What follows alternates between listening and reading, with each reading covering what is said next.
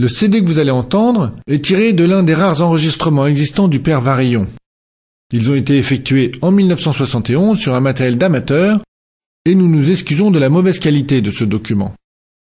Constituant de véritables trésors et compte tenu de l'intérêt des thèmes traités par le père Varillon, nous avons pensé qu'il était tout de même souhaitable de diffuser ces enseignements.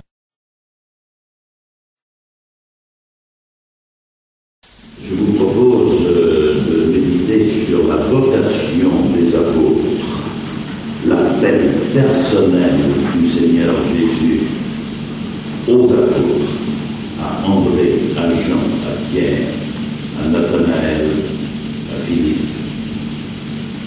Et naturellement, cela n'a de sens que si je comprends que c'est un appel qui m'est personnellement adressé. Je crois que maintenant, vraiment, nous sommes convaincus que le Seigneur nous veut absolument libres et que tout ce qui serait envoûtement dû à la retraite même, n'est-ce pas, doit être évacué. Nous avons à poser un acte absolument libre. C'est ce que Dieu veut. Dans la mesure où nous ne serions pas libres, eh bien, nous ne sommes pas devant le vrai Dieu. 3 points, si vous voulez. Premier point, les hommes qui ont une certaine connaissance du Christ. Quidam notitia, une certaine connaissance. Deuxième point, l'appel à suivre le Christ à l'icommodo, d'une certaine manière, jusqu'à un certain point. Et troisième point, à la vocation à suivre le Christ à fond, et pour toujours. Pour le premier point, alors, nous nous reportons à Saint Jean, chapitre 1er, à partir du verset 35. Quidam notitia, une certaine connaissance du Christ. André et Jean sont avec Jean-Baptiste, leur maître et leur éducateur. Étant avec ce maître et cet éducateur, ils ont déjà un niveau de conscience très élevé. Ils n'en sont plus au niveau de Noé. Noé, personnage symbolique, qui représente toute l'humanité antérieure à Abraham, mais avec qui une alliance a été conclue. Niveau de conscience déjà élevé. Ils n'en sont plus au niveau d'Abraham. Abraham qui, lui, fait l'expérience du Dieu vivant. Abraham qui expérimente que la conscience est habitée par quelqu'un et que obéir à sa conscience, c'est déjà aimer quelqu'un. Grande différence entre Noé, c'est-à-dire toute l'humanité avant Abraham, et Abraham, qui a une alliance avec l'homme qui obéit à sa conscience, donc Noé. Abraham expérimente que ma conscience, c'est un autre que moi, et un autre en moi, et un autre, je peux déjà l'aimer. Tout à l'heure, je vous disais, en passant à quoi sert la foi, il faut répondre à rien. Oui, il faut s'entendre, n'est-ce pas? Ma conscience, pour moi, c'est quelqu'un d'autre qui me parle de ma conscience et par ma conscience, bien sûr, mais c'est un autre pour moi. David Zoulbel est un grand, enfin, que j'aime beaucoup pour ma part, qui est un théologien suisse, qui vient d'écrire un petit livre qui est admirable et dont le titre est un mot d'Arthur Rimbaud. Je est un autre. On se demande comment cette espèce de galopin de Charleville, n'est-ce pas, le poète Arthur Rimbaud a pu prononcer une chose pareille. Je est un autre. Il y a en moi quelqu'un qui est plus moi que moi. Mon moi non seulement ma conscience est habitée, n'est-ce pas, par un autre, mais c'est cet autre qui est la source de tout en moi, au fond de moi. Donc ça c'est le niveau d'Abraham. Ensuite il y a le niveau de Moïse. Il est certain que toute cette éducation progressive d'Israël est achevée en la Vierge Marie. Marie envisagée par rapport au passé, c'est l'éducation d'Israël parfaitement achevée. Je viens d'effacer le mot, n'est-ce pas? Elle est l'anave. Anave. Ce mot qui dit à la fois humble, pauvre, ce qu'est Dieu. Nous n'oublions jamais. Si nous oublions que Dieu est lui-même humble et pauvre, nous risquons de nager dans la peu. Si nous n'oublions pas que Dieu, alors nous comprenons. André et Jean, qui sont avec le Baptiste, eh bien, il est certain que leur éducation est déjà bien plus affinée qu'au niveau d'Abraham et de Moïse.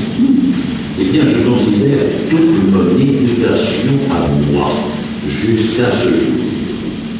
C'est là que je vous demande d'être très personnel et de faire en somme un pèlerinage à vos propres sources. Personne ne peut le faire à votre place. Toute votre éducation jusqu'à ce 14 août 1972, éducation qui vous a conduit à ce niveau où vous ressemblez à André et Jean avec Jean-Baptiste. Autrement dit, le Christ, pour nous tous, c'est vrai pour moi comme pour vous, le Christ, ce soir et demain matin, c'est celui qui doit venir, comme dit les anges. Celui qui doit venir. Celui qui vient après Jean-Baptiste. Celui qui ne s'est pas encore révélé à moi dans toute sa profondeur, dans sa cognition intime, sa connaissance intime. C'est bien ça. Je ne peux pas affirmer que je connais Jésus. Pas possible.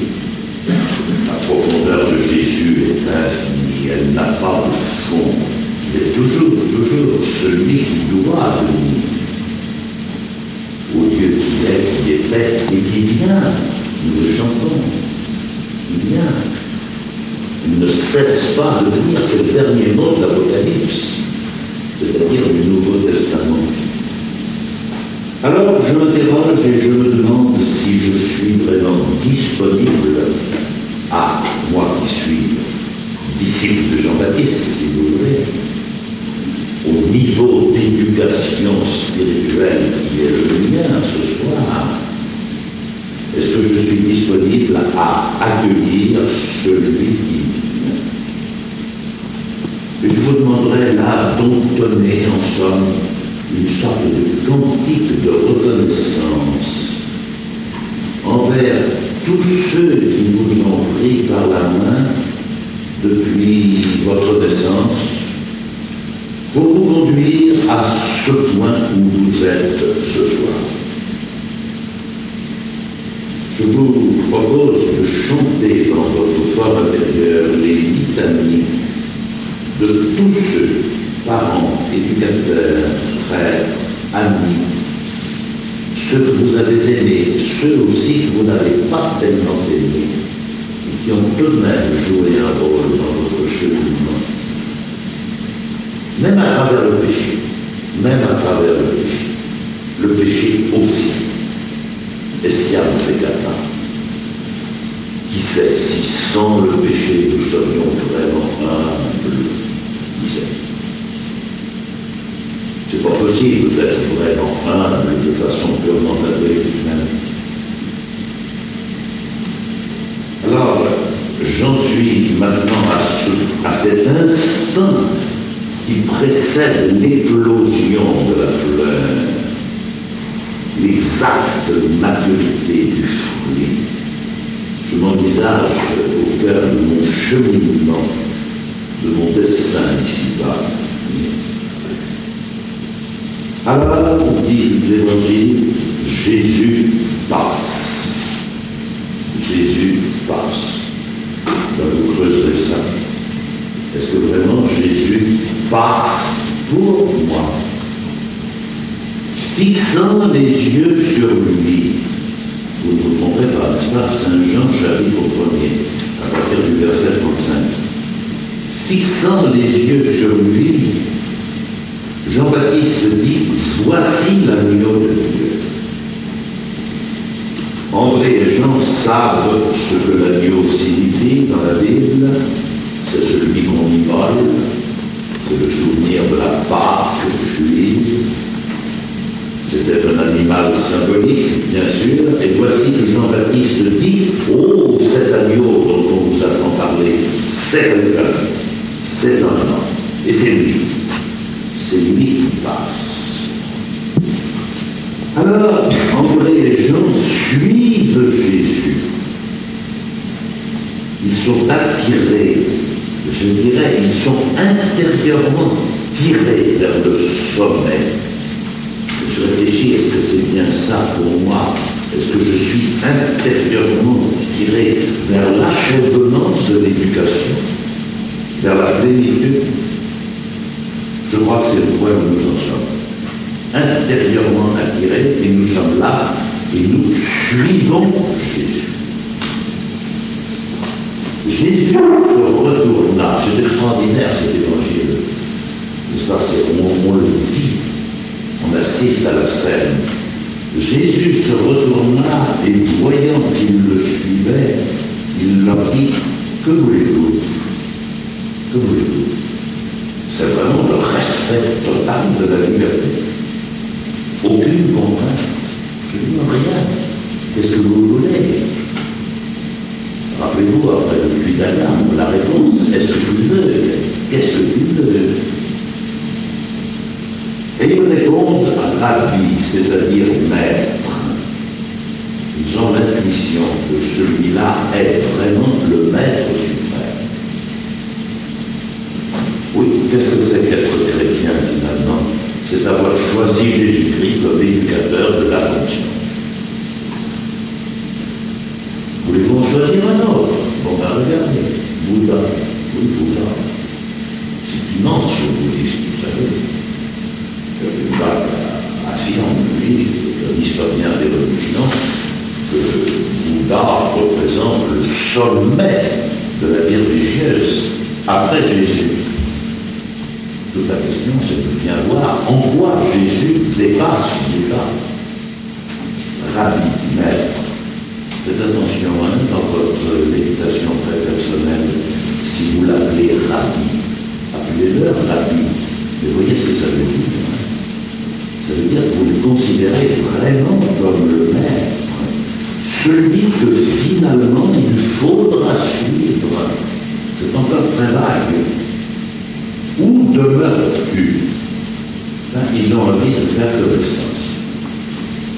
Où demeures-tu? Qu'on fasse connaissance avec toi. Ils ont le désir d'une connaissance en quelque manière intime jusqu'à un certain point. Cognitio ad commodo intima. Et toute leur éducation antérieure les tend vers cet achèvement pressenti. Alors Jésus dit, venez et voyez. C'est extraordinaire. Venez et voyez. Puis d'Agam, qu'est-ce que je vais faire? Qu'est-ce que je dois faire? Venez et voyez.